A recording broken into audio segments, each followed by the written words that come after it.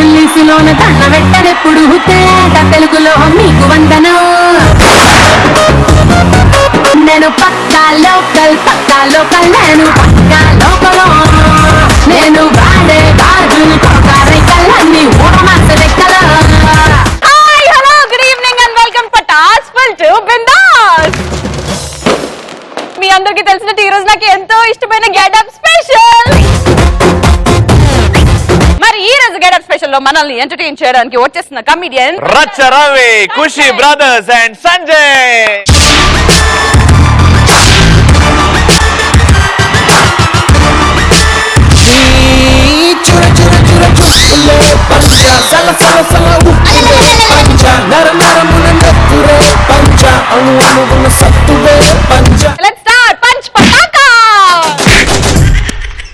ఎలాంటి సందర్భాల్లో మీ మీద మీకే కోపం వస్తుంది? మేకప్ లేకుండా అద్దంలో ఫేస్. నేను అదే అనుకుంటా, పటాస్ షూటింగ్ అయిపోయినాక ఇంటికి వెళ్ళి మేకప్ తీసేస్తే ఛీ నీ మొకవు నువ్వు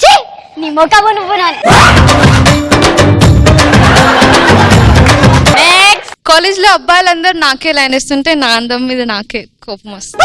ఎవడాడు లైన్ వేసింది? అందం అంటే శ్రీముఖి, శ్రీముఖి అంటే అందం. ఇక్కడ మేకప్ న్యాచురల్. నేను చెప్తున్నా, శ్రీముఖి కంటే మౌనిక అందంగా ఉంది. నెక్స్ట్, జిప్పేసుకోకుండా బయటికి వెళ్ళినప్పుడు డాడీ గాలి బాగా ఆడుతుందా అన్నప్పుడు నా మీద నాకు కోపం వస్తుంది. డాడీ చిన్నప్పుడు ఎప్పుడో చూసాడు, మళ్ళీ ఇప్పుడు చూసాడు, దర్చుకున్నాడు. నెక్స్ట్, నా బాయ్ ఫ్రెండ్ నాకు బ్యాలెన్స్ అయినప్పుడు అరే వీనెందుకు లవ్ చేస్తానా అని నా మీద నాకు కోపం వస్తుంది. రవి, నా ఫోన్ లో బ్యాలెన్స్ అయిపోయింది. నీ బాయ్ ఫ్రెండ్ అడుగు. నా బాయ్ ఫ్రెండ్ దా శ్రీముఖికి బ్యాలెన్స్ చేయాలి ఒక 10 రూపాయలు. అయ్యా శ్రీముఖి బ్యాలెన్స్ చేయాలి ఒక 10 రూపాయలు. మనకెవ్వడు లైన్ అయినప్పుడు మన మీద మనకు కోపం వస్తుంది. ఎందుకు వేస్తలేదు? డాక్టర్ చూపించుకో. ఫర్ ఎగ్జాంపుల్, అద్దం ఉంది, నీ మీద నీకు కోపం తీసేసుకుంటున్నావు. ఎందుకే మను నీకు ఎవరు లైన్ వేయట్లేరు? అసలు ఏంది బాధ? వేయకపోతే ఓని అలా కర్మ, అది వదిలేసాయి.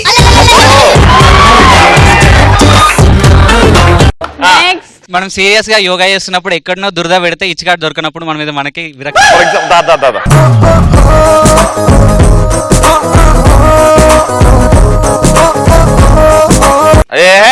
ఇది ఆసననా?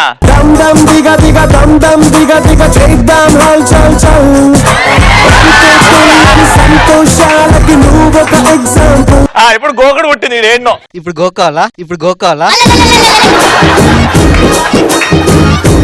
గోకడు పెడుతుంది కొంచెం.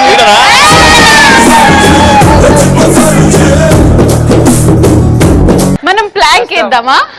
దమ్ముందా ప్లాంక్? రెడీ. ఎవరు ఎక్కువసేపు ప్లాంక్ వేస్తారో చూద్దాం. Ready plank. 3, 2, 1 go. Look at my face in the mirror and I wonder what I see. But right now I just wanna be. I wanna be all I can be. But right now I just wanna be free. I wanna be all I can be. Though they say I'm అమ్మని అప్పటి నుంచి కాపు కింద పెట్టినవా?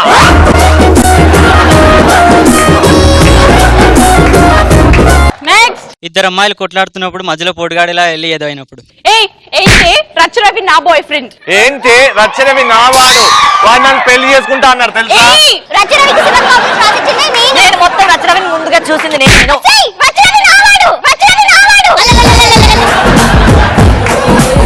రచ్చరవి అంటే మేధావి. రచ్చరవి నాది.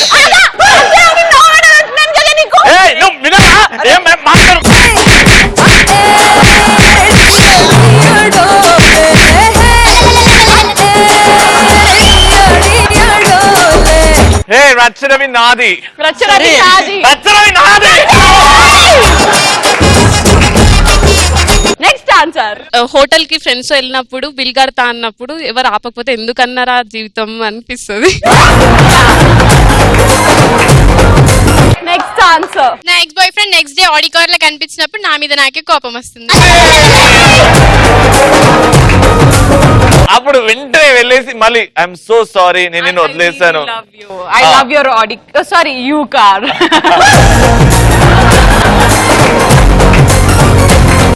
Next చీకట్లో అమ్మాయి అనుకోని ఒక గేకి ముద్దిచ్చినప్పుడు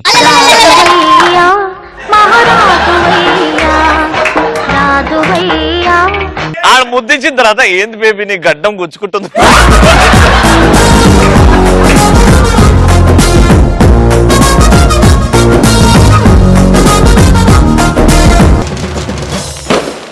సులభ్ కాంప్లెక్స్ ఓనర్లందరికీ సలాం కొట్టడానికి మన ముందుకు వచ్చేస్తున్నాడు the one and only crazy రచ్చ రవి.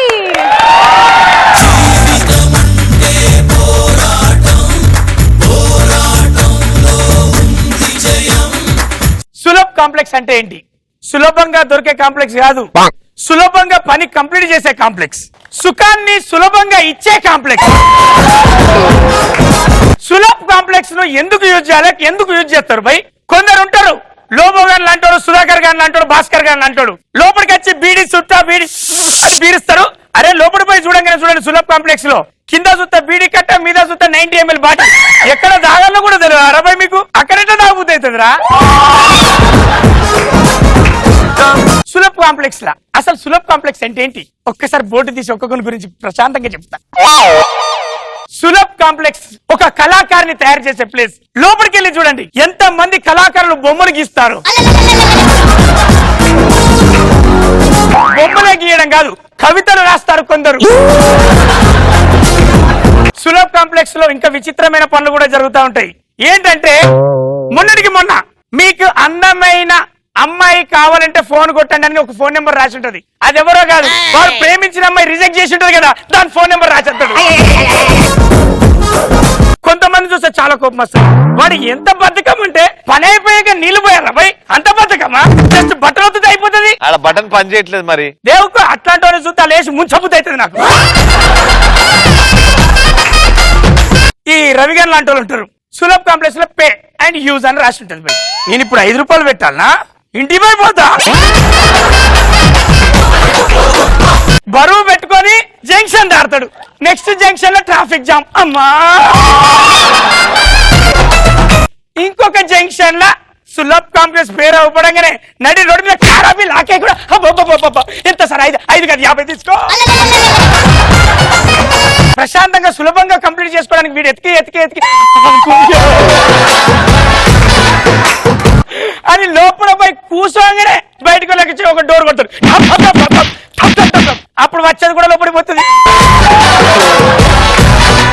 అప్పుడు ఉంటే తమ్మి బరువు బాధ్యతలు లోకం మీద ఏ ఆలోచన రాదు. ఎవడన్నా అప్పుడు వచ్చి కాశ్మీర్ అడిగితే కూడా ఏ బుద్ధి అవుతుంది. మొన్న ఈ మధ్యలో పోయినప్పుడు సులభ్ కాంప్లెక్స్ దగ్గర ఒక లేడీ ఉన్నది. సింపుల్ గా కూర్చొని అన్నది, నేను అర్జెంట్ కొద్ది లోపలికి పోతాను. హలో ఒక 3 రూపాయలు ఇచ్చి పోవాలి మేడం, లోపలికి పోయచ్చు. చిల్లర లేవంట కానీ చిల్లర దేవాలి, లోపలికి పోవాలన్నది. కొద్దిగా అర్జెంట్ మేడం, లోపలికి వేయించినాక ఇస్తా. ఇప్పుడు లోపలికి వేయించినాక తయారు చేసుకొస్తావా? సులభ్ కాంప్లెక్స్ కు అర్జెంట్ ఉన్నదని పోతాం ప్రభయ్. కూర్చొని అలా ప్రశాంతంగా అమ్మ రెడీగా కూర్చున్నాం అనేసరికి ఆ డోర్ కు లాక్కుండేది. అప్పుడు పరిస్థితి ఏంది? ఒక చెయ్యి డోర్ మీద, ఇంకో చెయ్యి పాయింట్ మీద, ఒక చెయ్యి డోర్ మీద, ఇంకో చెయ్యి పాయింట్ మీద. పాయింట్ మీద చేయితే పాయింట్ జరుగుతుంది, డోర్ మీద చేయితే డోర్ ఓపెన్ అవుతుంది. ఇలాంటి సిచ్యువేషన్ చాలా మంది ఫేస్ చేస్తారు. అట్లాంటప్పుడే మనం తీసుకుపోయిన పెన్నును పెడతాం. అరే సులభ్ కాంప్లెక్స్ లో చాలా గొప్పతనం ఉన్నది. ఎంత గొప్పతనం అంటే ఎక్కడ లేని స్వేచ్ఛ, ఎక్కడ లేని బరువు బాధ్యతలు దింపు అంటే వదిలేసుకునే ప్లేస్ ఆ ఒక్క సులభ్ కాంప్లెక్స్. కొందరికి అది ఉపాధి, మరికొందరికి ఒక గొప్ప ప్లేస్. ఎంత గొప్ప ప్లేస్ అంటే ప్రపంచాన్ని జయించడానికి పోయడానికి యుద్ధ భూమిలో వెల్కమ్ చెప్పినట్టుంటుంది. అలా పోయొచ్చినాక ఇప్పుడు రండి యుద్ధానికి ఎవడొస్తారు. సులభ్ కాంప్లెక్స్ మెయింటైన్ చేస్తూ ఉపాధిగా ఉన్న వాళ్ళు ఆరోగ్యాన్ని కోసం కూడా అంటే అక్కడ ఎంతో అంటే ఒక విధమైనటువంటి స్మెల్ ఉన్నా కూడా అది తట్టుకొని మన కోసం సేవను అందిస్తున్న సులభ్ కాంప్లెక్స్ ఓనర్లందరికీ చేస్తున్నా సలాం.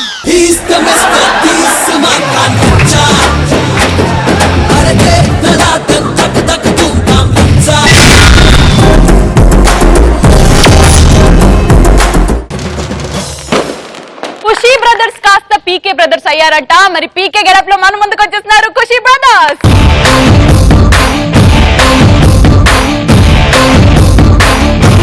Welcome to PK wall. PKs అంటే అందరికి తెలుసు కదండి. వీళ్ళకున్న ఏకైక పవర్ ఏంటంటే ఎదుటి వాళ్ళు ఎవరి చేతులు పట్టుకున్నా వాళ్ళ మనసులో ఏమనుకున్నా చెప్పేస్తారు. ఏరా చిన్న పీకే, చెప్పరా పెద్ద పీకే. ఫస్ట్ ఎవరి గురించి చెప్దాం? శ్రీముఖ గారి గురించి చెప్దాం. ఓకే, నువ్వు ఇట్రా, నేను చెప్తా. చెప్పరా పీకే. మ్యాటర్ ఎంటర్ అయిందిరా పీకే. పీకే రికార్డ్ చేస్తా. ఎవర్రా బట్టే బాతాడు ఇందాక పంచిపడక టైంలో నా మీద ఆన్సర్ చెప్పింది. మీకు ఆన్సర్లు దొరకవురా? పంచపడక క్వశ్చన్ అడగానే శ్రీముఖి మేకప్, శ్రీముఖి దయ్య, శ్రీముఖి అది, శ్రీముఖి ఏరా వేరే ఆన్సర్లు దొరకవు మీకు. వాళ్ళకంటే తెలియదు, బుద్ధి లేదు. నీకేమైంది? వాళ్ళు చెప్పిన ఇంత ఆన్సర్ ని పాకిస్తాన్ బార్డర్ లాగా ఓ సాగతిస్తావే. వేరే ఆన్సర్లు దొరకవా? ఇంకా అది కాదన్నట్టు ఆ సోఫాలో పడుకొని దొరుకుతావు. అవసరమా? ఒక్క మాట, నువ్వు నన్ను డామినేట్ చేస్తున్నావు, నువ్వు కొంచెం యాక్టింగ్ తక్కువ చేయంటే చేసేదాన్ని కదా. నువ్వు వదిలిపెట్టు. ఏం రచ్చరావన్నా? నిన్ను అన్నా అని పిలుస్తా. లవ్ యూ అయింది. నిన్ను చూస్తే చెప్పబుద్ధి అవుతాను శ్రీముఖి. నిన్ను చూస్తే కొట్టబుద్ధి అయితే కొడుతున్నానా? నిన్ను చూస్తే కొట్టబుద్ధి అయితే కొడుతున్నానా?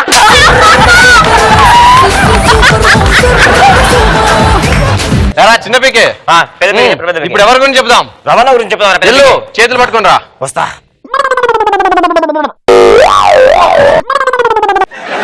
నువ్వు ఊకంటూ శ్రీను ఎందుకంటావు? శ్రీను ఎందుకంటావు? నా దగ్గర లేదు సినిమా, దగ్గర ఏముంది?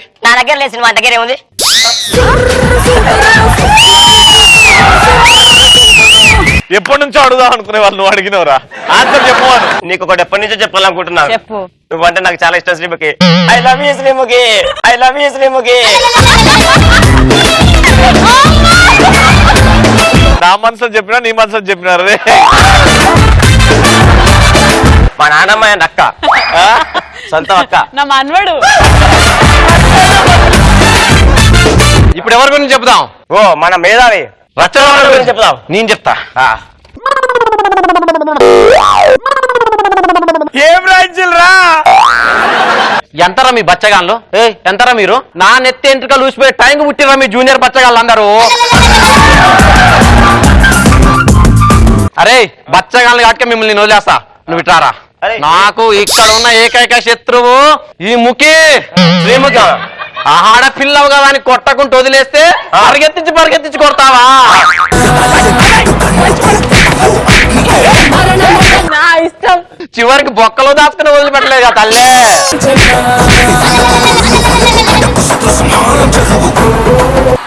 గాలిలాగా వచ్చరా నిన్ను నరికిపోదు వచ్చరా రామగా కలిసి వచ్చరా.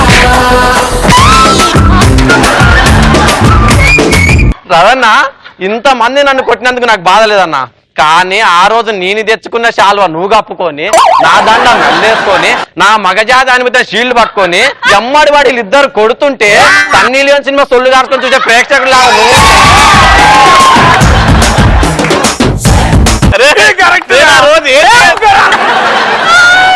ఇప్పటికే టెలికాస్ట్ నేను ఎంత సపోర్ట్ చేస్తున్నా, సపోర్ట్ చేసినావు. రచ్చ అడుగు. రచ్చ అసలు ఎందుకు ఆపలేడు? అడుగు. ఎందుకు ఆపలే? ఇది కావాలని చేసి అది ఎట్లా దయ్యం లాగా ఎంట పడుతున్నారు? ఎట్లా ఆడతారు రా? మద్రాసు నాకు అడదు అంటే దాన్ని భయపడుతున్నావు నువ్వు? అందరు భయపడతారు రావులా. వాడు ఎందుకు ఇట్లా అయిండు? నేను ఆ రోజే ఫిక్స్ అయిన రవణ. నాకు ఈ యాంకర్లు కాదు, ఎవరు ముఖ్యం కాదు. నాకు నా ప్రేక్షకులు ముఖ్యం, నా జూనియర్ తమ్ముళ్ళు ముఖ్యం. నేను చచ్చిపోయిన రోజు సికింద్రాబాద్ నుంచి హైదరాబాద్ దాకా నా శవాన్ని ఎత్తుకొని జింపక్ తప్పే నాకు ప్రమాదం చేయండి తమ్ముళ్ళు. నేను ఇప్పుడు చెప్తున్న ఒకే ఒక మాట, ప్రపంచంలో ముగ్గురు మేధావి కమెడీలు ఉన్నారు. ఒకటి తేనాలి రామకృష్ణుడు, 2 చార్లీ చాప్లిన్, 3 ఈ రచ్చ రవి. ఇప్పుడు ఎవరి గురించి చెప్దాం? ఇప్పుడు అరే ఆగ్రా, మనుషుల గురించి అంతా రొటీన్ రా, చాలా మంది చెప్తారు. కానీ ఇక్కడ పటాసులో ఉన్న వస్తువుల గురించి చెప్తాం. ఇప్పుడు మేము ఇప్పుడు ఏ వస్తువు గురించి చెప్దాం? పంచపడక కప్పు గురించి చెప్దాం. చెప్దాం.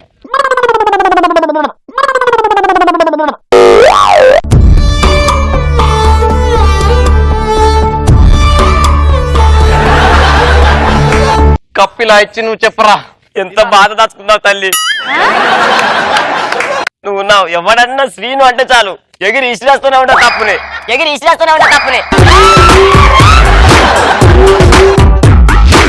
నువ్వు ఉన్నావు గీత గురించి చెప్తే చాలు ఓ గీత గీసినట్టు తీసుకపోయి ఓ కప్పు పట్ట ఇచ్చేస్తావు. దేనికి పెట్టిరు రౌండ్ అసలు? క్రేజీ ఆన్సర్లకు చెప్పారు. మీరు దేనికి వేస్తారు? శ్రీను గీత గురించి చెప్తే వేస్తారు. మీరు ఇలాగే చేసిరు అనుకో వీళ్ళు క్రేజీ ఆన్సర్లు నేర్చుకోరు. లేజీగా శ్రీను గీత మీద ఏదో ఒకటి అనుకొని వస్తారు. ఉన్న కప్పులాన్ని ఎత్తుకొని వెళ్ళిపోతారు. ఈ కప్పు తీసుకెళ్లి వాళ్ళు ఛాయలు కాపీలు తాగుతారు అనుకున్నావా? తాగరు. మాకు పటాసులా కప్పు వచ్చిందని తీసుకెళ్లి టీవీల పైన ఫ్రిడ్జ్ల పైన బీరోల పైన పెట్టేసి వచ్చిపోయే వాళ్ళకి స్లైడ్ షో నాకు పటాసులు వచ్చిందని చూపిస్తారు. మేమేమనుకుంటాం ఏ అందమైన అమ్మాయి తన లిప్స్టిక్ పెట్టుకొని తన లిప్స్ తో కాపీ తాగుతుంది అనుకుంటాం. నెక్స్ట్ ఎవరి గురించి చెప్దాం? నెక్స్ట్ సెట్ మీద చెప్తా, పటా స్టేజ్ మీద చెప్తా.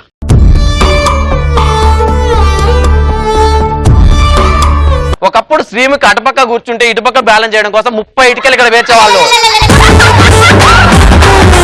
పటాస్ డైరెక్టర్ సంతోష్ గారు ఏం చేశారు? స్టూడెంట్ రావడాన్ని ఒక 50 మందిని ఒకేసారి గుంపులుగా ఎక్కించి వాళ్ళతో సల్సా డాన్స్, పోల్ డాన్స్, చివరికి నాగిన్ డాన్స్ లేపించి ఇన్ని బాధలు పడుకుంటే కూడా నేను ఇక్కడ ఉన్నా. ఎందుకున్నా? నేను 10 మంది కమెడియన్లకి భవిష్యత్తు ఇవ్వాలనే కదా నేను ఇక్కడ ఉంది.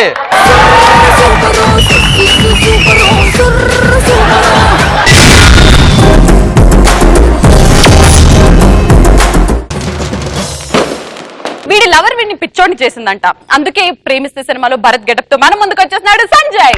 జన్మని దేలే మరు జన్మని కేలే. మనం లవ్ చేస్తే హార్ట్ తో లవ్ చేస్తాం, అది అమ్మాయి లవ్ చేస్తే మైండ్ తో లవ్ చేస్తాం. మైండ్ సెట్ చేంజ్ అవుతుంది, హార్ట్ బీట్ చేంజ్ అవుతుంది కదా భయ్య. ఏం చెప్పినవరా? నెక్స్ట్ వాట్సాప్ స్టేటస్ నాది అదే. మైండ్ సెట్ చేంజ్ అవుతుంది కానీ హార్ట్ బీట్ చేంజ్ అవుతుంది. ఎవరు హరి రాశాడు ఇది? అన్నా నీకు దండం పెడతా అన్నా, నేనే రాసుకున్నా అన్నా. నాకు మెకానిక్ షాప్ ఉండేది. నా మటుకు నేను బైక్ రిపేర్ చేసుకుంటూ సర్వీసింగ్ చేసుకుంటూ హ్యాపీగా ఉండేవాడిని. అప్పుడే ఒక రీపెన్ యాక్టివ్ వేసుకుని ఒకటి వచ్చింది. దాని బైక్ రిపేర్ చేస్తూ దానికి బీటేసా. నా ఇంజిన్ ఆయిల్ దానికి నచ్చింది. నీ engine oil? Castro engine oil అన్న. అదే అట్లా చెప్పు. అయితే ఇద్దరం లవ్ చేసుకున్నాం, లేచిపోయాం. అదృష్టం ఆంధ్రాలు ఉంటే దరిద్రం దూసుకొచ్చేసినట్టు దరిద్రుడు దాని బాబు వచ్చి దాన్ని తీసుకెళ్లిపోయాడు. వాడికి చూపెట్టేది ఉండే నీ ఇంజిన్ ఆయిల్. అదే షాప్ లో క్యాష్ ఇక అది వద్దు వెళ్ళిపోయింది. ఏం చేయాలో తెలియక దాన్ని మర్చిపోలేక ఇలా గడ్డాలు మీసాలు పెంచుకుంటూ రోజు రాత్రి రాగిని మెమస్ 2 చూస్తూ బతికేస్తున్నా. ఒక రోజు మెసేజ్ పెట్టింది హాయ్ అని చెప్పి. దమ్ బిర్యానీలో దోమపడ్డని తినడం మానేస్తాం భయ్యా, ఇది కూడా అంతే. నేను కూడా హౌ ఆర్ యు అని మెసేజ్ పెట్టా. నేను చూడాలని సేమ్ ప్లేస్కి వచ్చి మెసేజ్ పెట్టింది. ఇంకా ఆగుతామా, ఇక్కడికి వచ్చా. ఇంతసేపు అయినా కానీ అది మాత్రం రావట్లే. ఈ అమ్మాయిలు మారరు. ఒకసారి ఫోన్ చేద్దాం. ఈ అమ్మ కట్ చేస్తుంది. ఎంతైనా ఎక్స్ బాయ్ ఫ్రెండ్ అంటే ప్రతిదానికి చీపే భయ్యా. వస్తారు, ఫోన్ చేయమని రమ్మంటారు. మనం వచ్చి ఆగస్ట్ 15 కి చాక్లెట్ గురించి వెయిట్ చేసినట్టు వెయిట్ చేస్తాం. వీళ్ళేమో రాజమౌళి సినిమాలో రిలాక్స్ వస్తారు. వచ్చింది. హాయ్ సంజయ్, నా గురించి వెయిట్ చేస్తున్నావా? లేదు, నయనతార గురించి వెయిట్ చేస్తాను. వస్తే ఇద్దరం కలిసి బాబు బాగానే సినిమాకి వెళ్దామని. నీ గురించి వెయిట్ చేసి జీవితం తుప్పు పట్టిన తుపాకిలా తయారైంది. నువ్వే రాసావా ఇది? నన్ను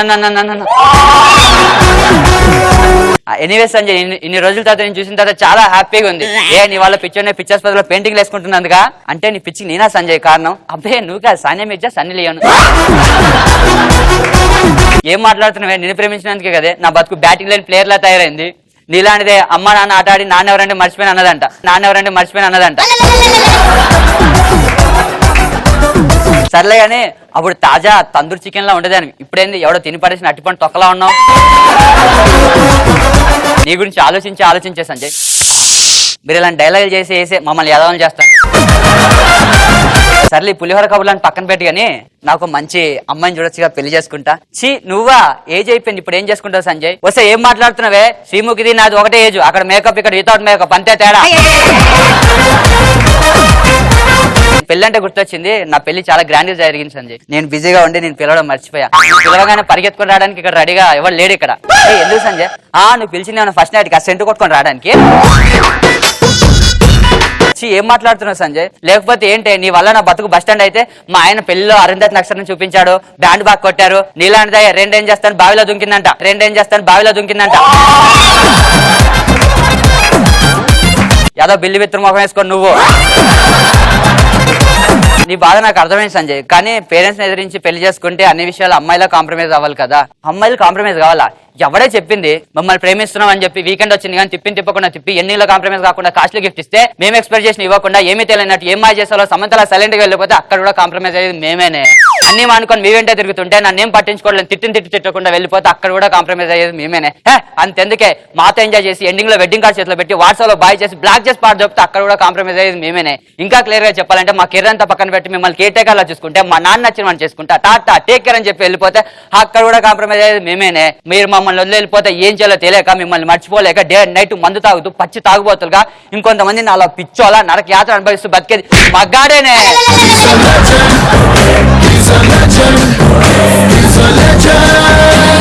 అయినా నీకు నా మీద ప్రేమ తగ్గిపోయింది సంజయ్, నువ్వు మారిపోయావు సంజయ్. అప్పటికిప్పటికి ఏం మారింది ఐశ్వర్య? అప్పుడు నాకు దగ్గరగా ఇప్పుడు మీ ఆయనకి దగ్గరగా, అంతేగా తేడా? అప్పుడు మీ నాన్న చేసిన తప్పైతే ఇప్పుడు నువ్వు చేసిన కూడా తప్పే. నువ్వు మీ ఆయన వదిలే నేను తీసుకెళ్ళిపోతాను. నాన్న అవసరం ఖరీదు 25 ఏళ్ళు దూరం పెట్టుకోవడం అయితే నా ప్రేమ ఖరీదు నిన్ను నీకోసం ఎదురు చూస్తూ ఉండడం ఐశ్వర్య. మీ నాన్న తీసుకెళ్ళినప్పుడు ఒక్క నిమిషం గుమ్మం దగ్గర ఆగుంటే నీకు ఒక శబ్దం వినిపించేది ఐశ్వర్య, నాన్న. మీ నాన్న ఎక్కడ తీసుకెళ్ళాడో తెలియదు, నువ్వు ఎందుకు రావో అర్థం కాదు. చాలా కోపంగా ఉండేది ఐశ్వర్య. కంటికి కనిపించని మీ నాన్నని బయటికి వినిపించని బూతులు తిట్టేవాడిని. ప్రతి సమస్యకి 2 దారులు ఉంటాయి ఐశ్వర్య, ఒకటి హైవే 2 షార్ట్ కట్. నేను షార్ట్ కట్ ఎంచుకున్నాను, దొరికిపోయాను. బాగుండడం అంటే పటా స్టేజ్ ఎక్కడం కాదు ఐశ్వర్య, సంతోష్ అన్న బాగుందిరా అన్నం ఐశ్వర్య. నువ్వు ఒక్క మాట చెప్పు ఐశ్వర్య, మీ ఆయన మా ఇంటి కాంపౌండ్ వాల్ దాటకుండా కప్పు కాస్తా. నేను ఎక్కడికి వెళ్ళినా నువ్వు లేని లోటు అలాగే ఉండిపోయింది ఐశ్వర్య. అందుకే నేను పానీపూరి తినడానికి వెళ్ళినప్పుడల్లా నీకు ప్లేటు దాంట్లో ఆనియన్స్ నా బండి మీద సగం ప్లేస్ అలాగే ఉంచేసాను ఐశ్వర్య. ఇంకా వెయిట్ చేయడం నా వల్ల కాదు ఐశ్వర్య.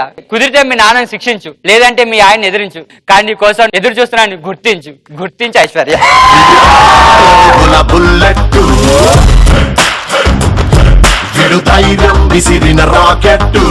ఎస్, మరి ఈ రోజు పంచ్ పటాకాలో the best punch dialogue answer వచ్చింది మనోజ్ఞ.